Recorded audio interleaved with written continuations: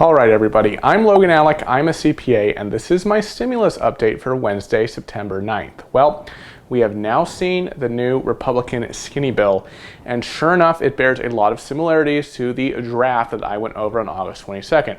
It totals approximately $650 billion, but incorporates or claws back $350 billion from previous relief packages, including the CARES Act, so the net cost would be a mere $300 billion. This is skinny, folks, nowhere even near even $1 trillion, and as a result, it does not include stimulus checks, nor does it include more funding for state and local government. This is a bill by Republicans and for Republicans. It has $20 billion for farms, which Chuck Grassley, Senator from Iowa, and chair of the Senate Finance Committee, has been pushing for. It has benefits and grants for homeschooling expenses, which we know that Republican senators like Ted Cruz have been pushing for. And McConnell said that a vote will be taken on it tomorrow. I'm going to talk about what this new bill does include later in this video, but for now I want to talk about what we are to make of this new bill, not including stimulus checks. Because, like I've been musing, it's just very strange. We have the White House pushing stimulus checks, Trump, Mnuchin, even a little bit of Meadows, but then on the other hand we have Republican senators not so thrilled with the notion of another round, and we see this GOP bill with no stimulus checks in sight. How do we reconcile this? Well, I think we just have to continue to believe that this new Republican bill is simply the floor so that Senate Republicans can say they're doing something, especially those who are up for re-election, right? Now they can say, look, we Republicans put forth this targeted bill. The Democrats wanted their absurd $3+ trillion HEROES Act, and our best hope is that in the course of negotiations, stimulus checks are thrown back in there because we know the White House is open to something much bigger than the skinny bill, $1.3 trillion, maybe even $1.5 trillion. Anyway, this new skinny bill would need the 60 votes for cloture to advance to a final vote, but the number 2 Republican Senator John Thune yesterday said he doesn't think they're going to get 60. It's a messaging bill, folks. It's just the Republican messaging bill.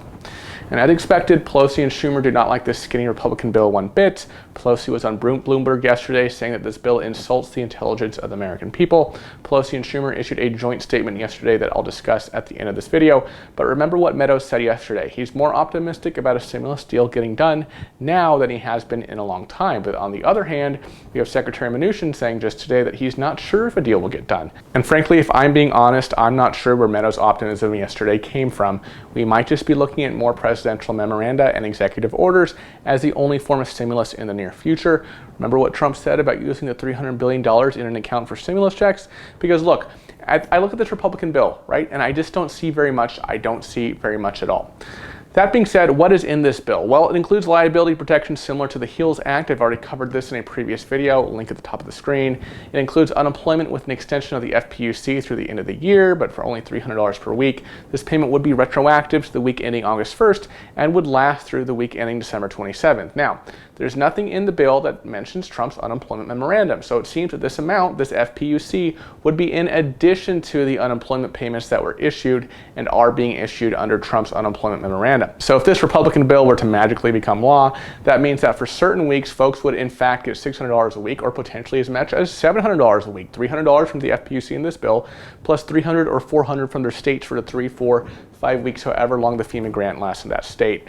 And of course, while Trump's memorandum on unemployment was only for those receiving at least $100 a week in normal unemployment, including PUA, this extension of the FPUC would be like the CARES Act, where you could be receiving $1 of unemployment theoretically and still be eligible for a $300 weekly payment through the week ending December 27th. This new Republican bill would have a second round of PPP that would only be for businesses with fewer than 300 employees and that have experienced a year-over-year revenue drop of at least 35%. The maximum loan amount would now be $2 million in this round rather than the previous $10 million. Also, the definition of qualifying expenses on what the PPP loan proceeds could be used for and still qualify for forgiveness would be expanded, and there would be an expedited forgiveness process for those receiving loans of $150,000 or less. There's forgiveness for a $10 billion loan to the Postal Service in here, same as the draft skinny bill. Check out my video from August 22nd for more on how that would work. There's money for education, the same $105 billion that we saw in the previous draft of the skinny bill, an expansion of the definition of qualifying expenses out of 529 plans, especially for homeschooling costs, and also these grants for school choice scholarship programs, as well as grants to child care providers. There's money to beef up our national response to public health emergencies, such as the coronavirus, as well as an extension of the state's deadline to use their coronavirus relief fund money from September 30th now to December 30th if this bill were to pass. The new Republican bill would also increase the $300 above the line deduction for charitable contributions that was enacted by the CARES Act to $600. So typically, pre-CARES Act, you could only deduct your charitable contributions if you itemize your deductions on your tax return. CARES Act said, well, now you can deduct up to $300 in charitable contributions even if you don't itemize, $600 for those married filing jointly. Well, this Republican skinny bill would double that amount to $600 for single taxpayers and $1,200 for those who are married filing jointly. There are also provisions to make the U.S. less dependent on other countries for critical minerals, as well as various appropriations that made their way in at the end of the bill, mostly miscellaneous. $20 billion for farms, for example, $500 million for fisheries, $15 billion to help states assist child care facilities for low-income families, $29 billion for healthcare funding, and various appropriations to fight COVID-19. As for the Democrats' response, yesterday Nancy Pelosi and Chuck Schumer issued a joint statement basically ripping into this new Republican bill, stating that it is laden with poison pills Republicans know Democrats would never support. I believe they're very likely, for example, referring to the liability protection aspects in this bill, as well as other things. They go on to say, instead of helping state and local workers facing layoffs, feeding hungry families, providing adequate funding for testing and treatment to fight the pandemic, helping renters keep the roof over their heads, stopping the dismantling of the U.S. postal system, and making sure Americans can cast their ballots safely in fair elections this November, this emaciated bill is only intended to help vulnerable Republican senators by giving them a check-the-box vote to maintain the appearance that they're not held hostage by their extreme right wing that doesn't want to spend a nickel to help people. Ouch.